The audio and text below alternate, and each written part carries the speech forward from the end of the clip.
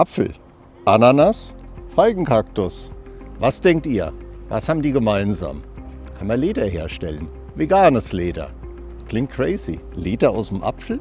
Heute schauen wir uns ein Startup an in der TU Darmstadt. Die haben die Lederproduktion weiterentwickelt. Die stellen veganes Leder her, ganz ohne Plastik und sparen damit 99% CO2 ein. Die nennen sich Lover und das steht für lederähnlich, ohne Plastik, vegan und reststoffbasiert. Es gibt immer mehr Nachfrage für veganes Leder. Das habt ihr bestimmt schon gesehen.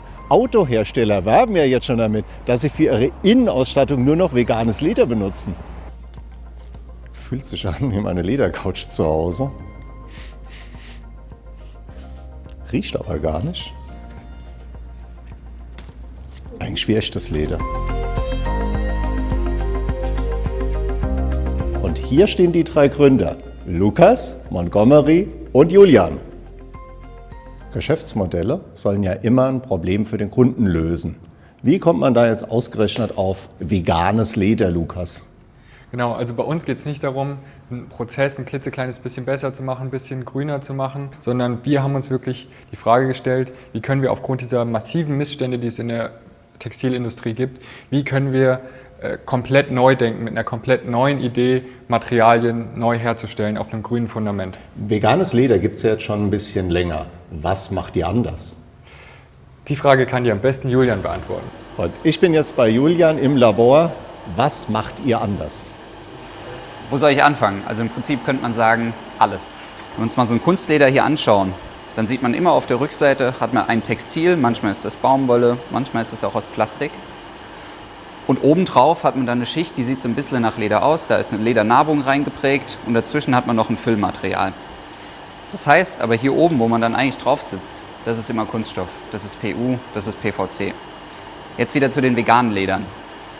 Die veganen Leder, die es zu kaufen gibt, was die machen ist, die ersetzen die Mittelschicht, die in der Mitte drin ist, durch pflanzliche Fasern. Das heißt, das Material am Ende hat dann vielleicht einen Anteil von 20-30% Pflanze. Das, was man aber eigentlich sieht am Ende, ist auch wieder Plastik. Das heißt eigentlich, vegane Leder, auch nichts anderes, immer noch Kunststoff. Wenn man sich jetzt unser Material anschaut, dann siehst du sofort, das sieht vorne und hinten gleich aus. Das heißt, wir haben nur einen Einschichtaufbau und das war immer unser Anspruch, zu sagen, okay, wir wollen diesen Materialmix nicht, weil das sorgt dafür, das kannst du am Ende nie wieder recyceln. Das heißt, wir haben gesagt, wir wollen Material entwickeln, was zu 100% aus Pflanze entsteht und dann trotzdem die gleichen Funktionen erfüllt wie so ein Kunstleder oder auch ein veganes Leder. Wie kommt man jetzt auf die Idee mit den Hanfstängeln? Wie kommt man auf so ein Material? Ursprünglich hat sich Lukas den Prozess oder das Material mit Bananenfasern ausgedacht. Da war er zu der Zeit gerade in Südamerika unterwegs. Und da hat er gemerkt, es fallen Unmengen an Bananenfasern als Reststoffe an. Und da hat er gedacht, okay, wie kann man daraus ein nachhaltiges Textil oder eine Lederalternative entwickeln? Das heißt, das erste vegane Leder, was wir produziert haben, war aus Bananenfasern. Jetzt macht es natürlich wenig Sinn, im Sinne der Nachhaltigkeit zu sagen, ich bin in Deutschland, ich möchte in Deutschland produzieren und muss mir jetzt meine Bananenfasern aus Südamerika erstmal hierher schiffen lassen. Das heißt, wir sind auf die Suche gegangen.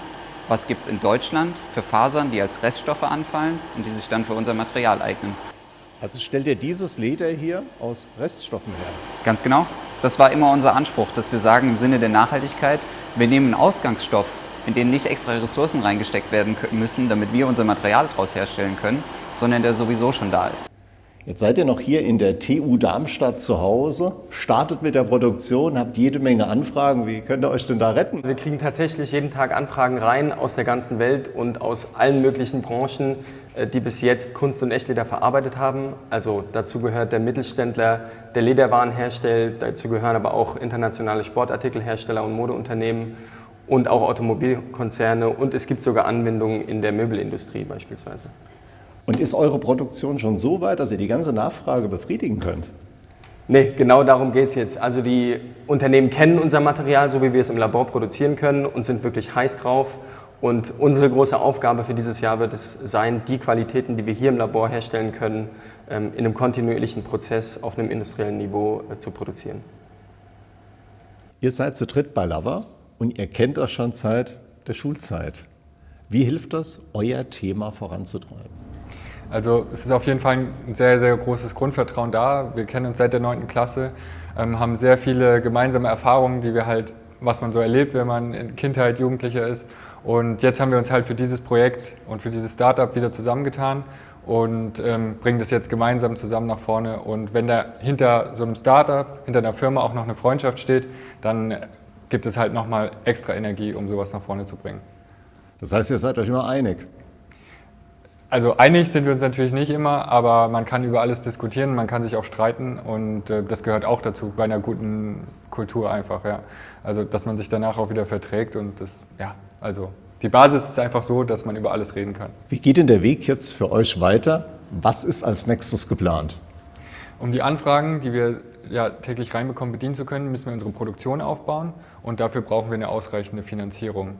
Und um auch in Zukunft international wachsen zu können, ja, braucht es auch einfach eine starke Hausbank an unserer Seite und die haben wir mit euch schon gefunden.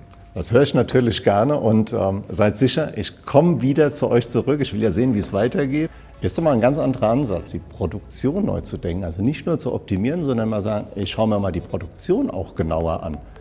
Klingt einfach für ein Startup. Meint ihr, das gelingt auch bei größeren Unternehmen? Schreibt es mal in die Kommentare.